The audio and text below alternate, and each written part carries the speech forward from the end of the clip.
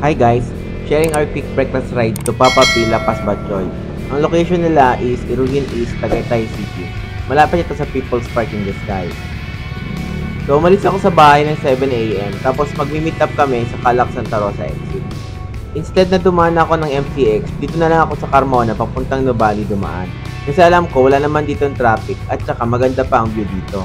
So yung dinaanan ko pala is Dasma, tapos liliko ng Carmona, tapos papasok sa Kaong Road, then GMA Road, then Tibig Road, hanggang sa makarating ng Nuvali.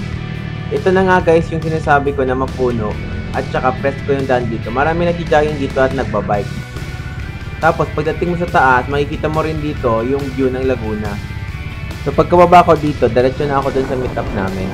Hindi naman ako late, sakto lang yung dating ko. Andun na rin sila, siguro mga 2 minutes ahead. After counting kumustahan, tumuloy na kami sa destination namin.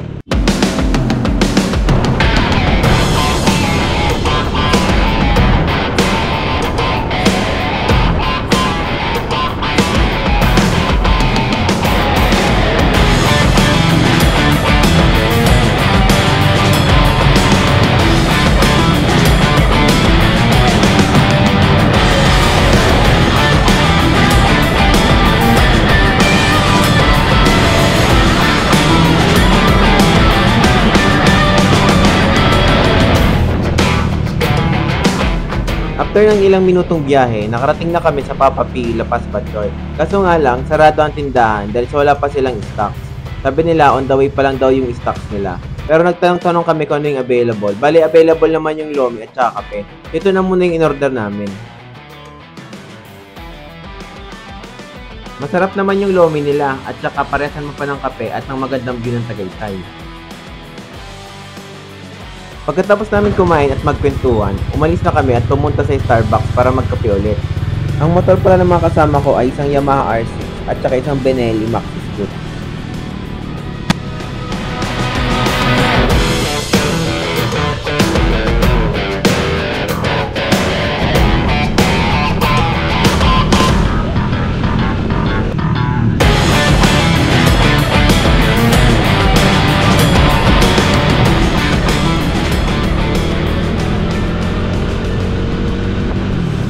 So after ng ilang minutong biyahe, dumating na kami sa Starbucks Tagaytay. Ito yung may magandang view. Kaso nga lang ngayon, medyo pagi yung lugar. Kaya hindi namin nakuha ng video yung paligid dito. Hindi na kayo makapagpalipad ng drone. So nagkape na lang muna kami dito at nagpatila ng ambon.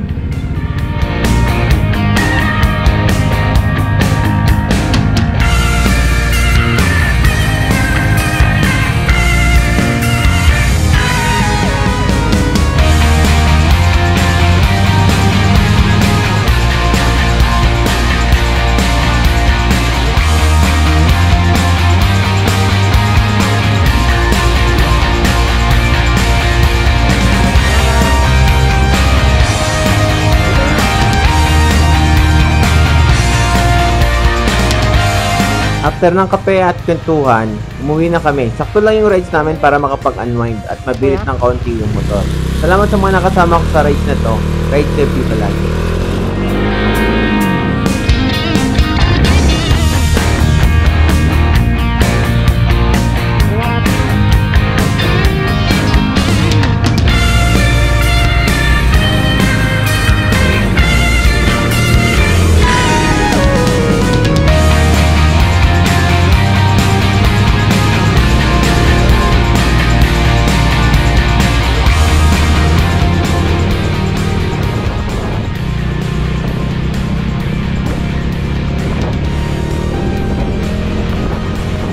Bali, nasa Dasmariñas na ako nang biglang umulan.